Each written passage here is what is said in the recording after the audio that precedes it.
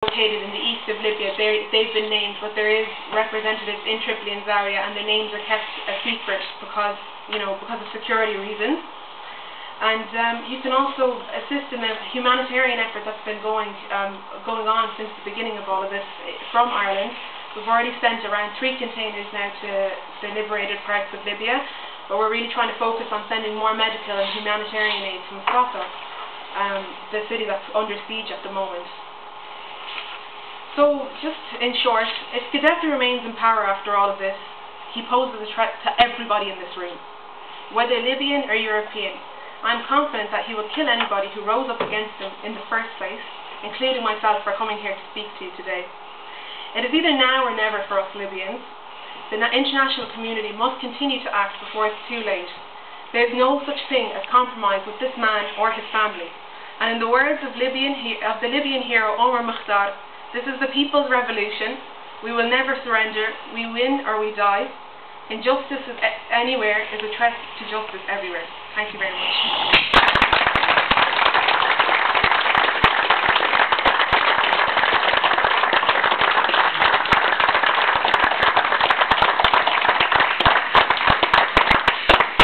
Great. Thank you very much, Sarah. I wanted to give the human side before I gave the more detached, cold side, because I would say that the situation presented by Libya is not simplistic. It's not black and white, and it raises quite critical issues for us and for the international community, European Union, United Nations. So the intervention has been sold as a responsibility to protect, a humanitarian intervention, and I suggest that sometimes the road to hell is paved with humanitarian interventions, if you look historically and you look contemporary at what's happening around the world. Here's Libya. We've seen what's happened in Tunisia, we've seen what's happened in Egypt, and this is having a direct impact on what's happening in Bahrain, Saudi Arabia, Syria, Iran, and Israel, Palestine. And we don't quite know what the outcome is going to be, nor do these states. The military response was feasible in a relatively short space of time, because if you look there, you will see where the NATO and European states have air force, air bases, and other strategic capacities to take military action. And the military action that's been approved has been, a range of things, but specifically not to permit soldiers on the ground, not to permit foreign forces on Libyan soil. It's really just to prevent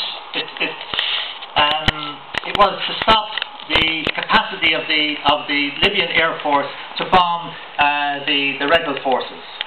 So it's relatively limited. Now, it has provided for all necessary means, which really is a carte blanche to the United States and NATO to expand upon the military operations, and I'd suggest that it is already doing so. And there is plenty of information that there are covert operations happening in support of the rebels, especially by the United States in Libya.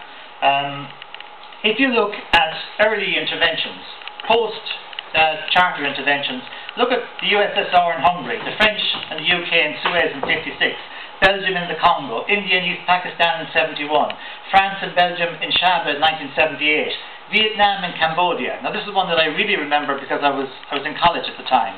No one wanted, very few people supported the Pol Pot regime, and I was happy to see Vietnam violate the territorial sovereignty of another state to overthrow what was a reprehensible regime. Similarly, when Tanzania invaded Uganda in 1979. However, it's more complex. Here are the reasons why these types of interventions are justified. Look at the other states: Liberia, Northern Iraq, Somalia, Yugoslavia, Haiti, Sierra Leone, Rwanda, Kosovo, and East Timor, based on violations of human rights, international humanitarian law. To promote democracy, restore refugees, regional stability, and various geostrategic interests.